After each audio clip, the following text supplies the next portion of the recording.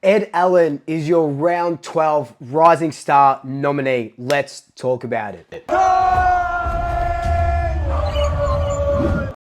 Ed Allan's Rising Star nomination comes off the back of an absolutely great game against Hawthorn, and it pretty much comes pretty to the day around a year since our last Rising Star nomination, which was round 11 last year against Fremantle. It was Harvey Harrison. So that was our last Rising Star nom, and now Ed Allan gets them after not only a good game against Hawthorn, but he's put in a bulk of work over the last few weeks.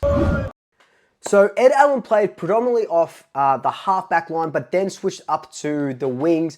And I think that wing position is definitely his now. And like I said in my Swoop standout video, Ed Allan, he's just improved. He kept improving week on week on week.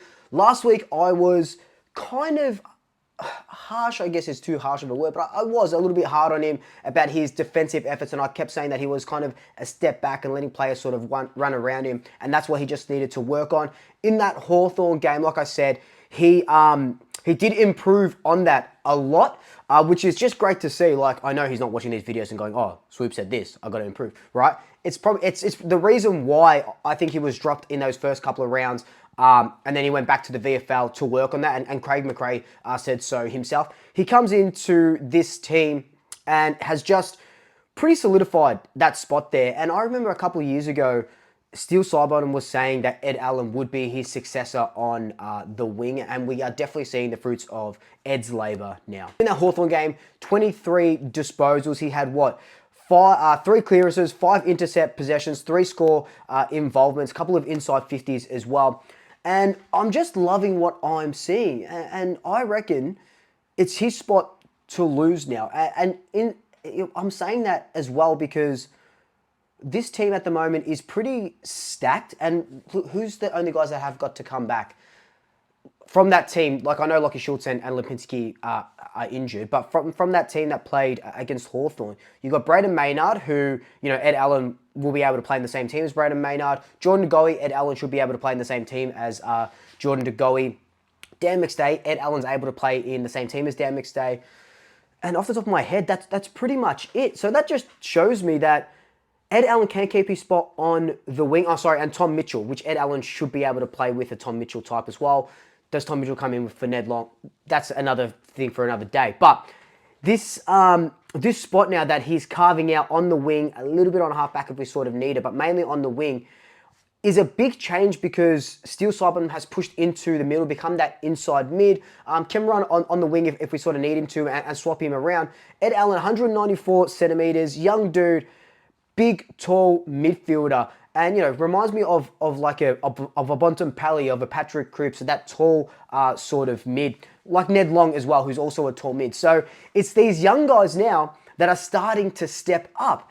And I said it at the start of the year where I really did feel like this could be the year where it's the passing of the baton. Remember in 2010 where, you know, before we won the flag, we had a lot of good players playing, senior players playing in the VFL.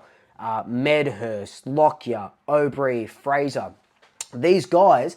And I feel like this year we're starting to see sort of the same. Ned Long is in there, Lockie Sullivan, and now we've got Ed Allan who's got his Rising Star nomination, which is just absolutely phenomenal. Is Ed with a shout of winning the whole Rising Star? I don't really think so, but that doesn't matter. We don't need him to win that.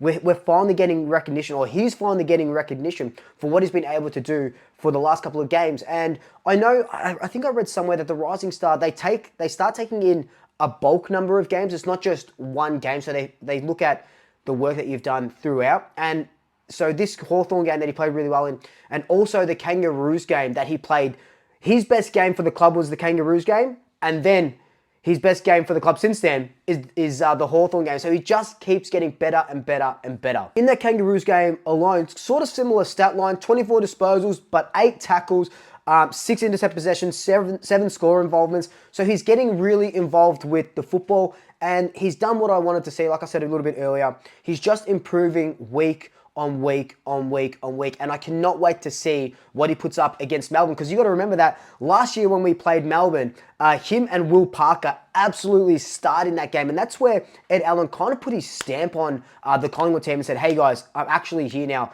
I can play some really good football. And he's just gone on from there. Yes, he went back to the VFL to sort of play his craft and tune up a little bit of the things that he was kind of lacking. But now that he's in this side, if he keeps providing like this, I can't see him jumping out of the side. The only thing I can see him doing is maybe jumping in as a sub when all these guys, DeGoey and McStay and stuff, start coming back.